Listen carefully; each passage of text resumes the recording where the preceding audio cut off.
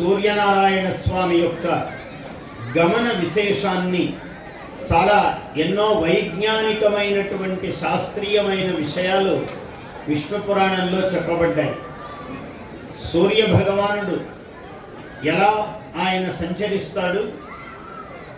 ఆయన సంచారము యొక్క గమన స్థితి ఎలా ఉంటుంది,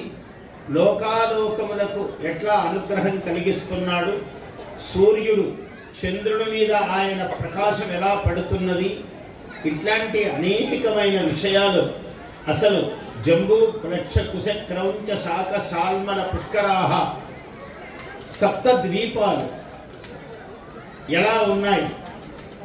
ఈ ద్వీపములన్నీ కూడా సప్త ఖండములు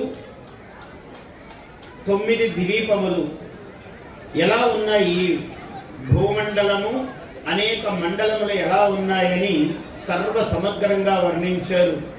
విష్ణు పురాణములో.